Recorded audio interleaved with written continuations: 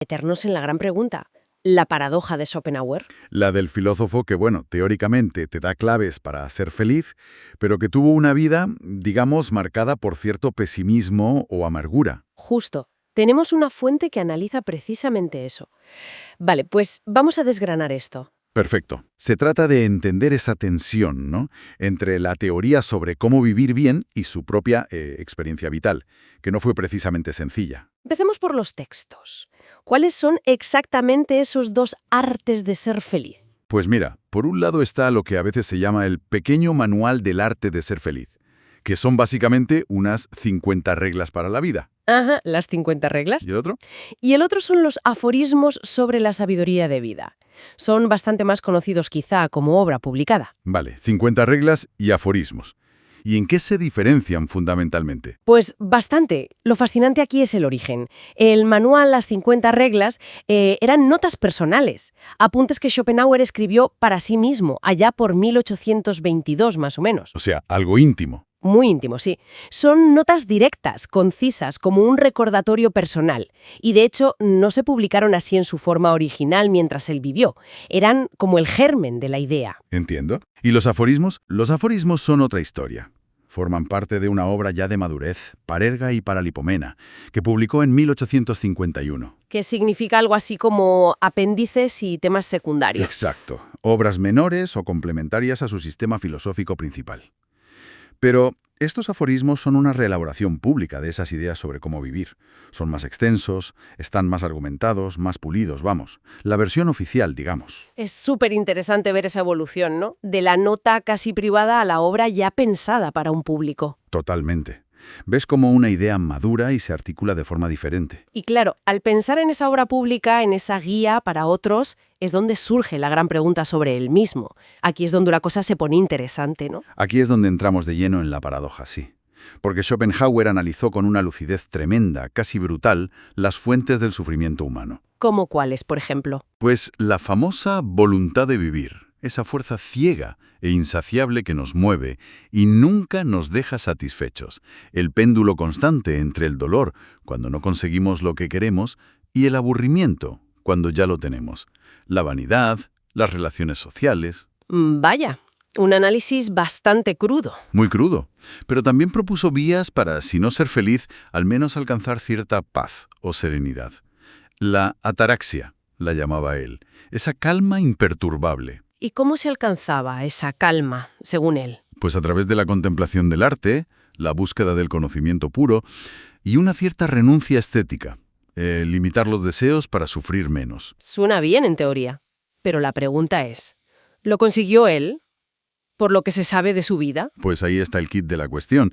Parece que no mucho. Su propia vida estuvo llena de, bueno, de asperezas. ¿Qué tipo de cosas? Era conocido por su mal genio, su misantropía, esa desconfianza general hacia los demás. Tuvo disputas académicas muy agrias. Famosísima es su rivalidad con Hegel, que era casi personal. Ya. Aconsejaba evitar la cólera, buscar la serenidad, pero él mismo parecía luchar constantemente contra esos impulsos. Su compromiso radical con una verdad pesimista, sin autoengaños, parece que lo aisló y le dificultó encontrar esa paz que describía. Entonces, su lucidez sobre el dolor fue casi una traba para su propia felicidad. Podría decirse así. Es como si esa comprensión tan profunda del mecanismo del sufrimiento le impidiera desconectar de él. La teoría era brillante, pero la aplicación personal falló.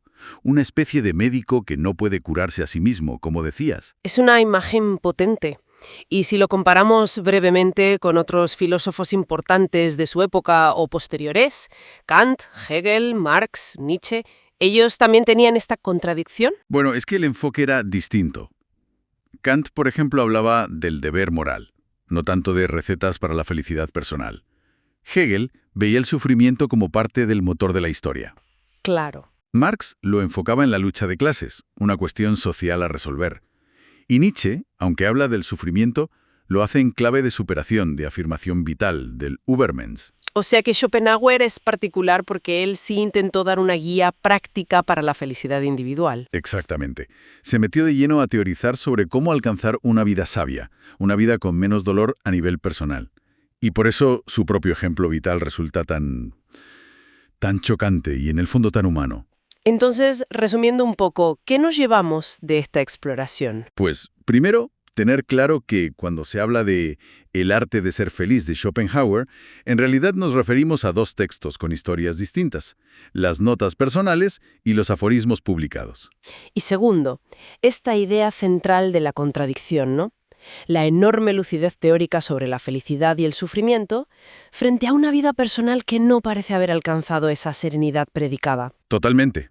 Y si lo pensamos un poco más, esto nos recuerda esa brecha que a veces existe entre el conocimiento intelectual y la sabiduría práctica, ¿no? Entre entender algo profundamente y ser capaz de vivirlo. Saber el mapa no es lo mismo que recorrer el camino. Justo eso. Conocer las reglas del juego de la vida no garantiza ganar, ni siquiera jugar bien siempre. Y esto, pues, nos deja pensando, quizá como reflexión final. Sí, nos deja una pregunta interesante para darle vueltas. Pensando en la experiencia de Schopenhauer, ¿será posible que la propia obsesión por analizar, por desentrañar hasta el último detalle las raíces del sufrimiento, pueda convertirse, irónicamente, en un obstáculo para alcanzar la paz? Vaya, como si pensar demasiado en no sufrir nos hiciera sufrir más. Podría ser. Quizá analizar tanto el mecanismo nos impide simplemente vivir con un poco más de, no sé, aceptación o ligereza. Es algo sobre lo que reflexionar. Esa paradoja. Uf, sí.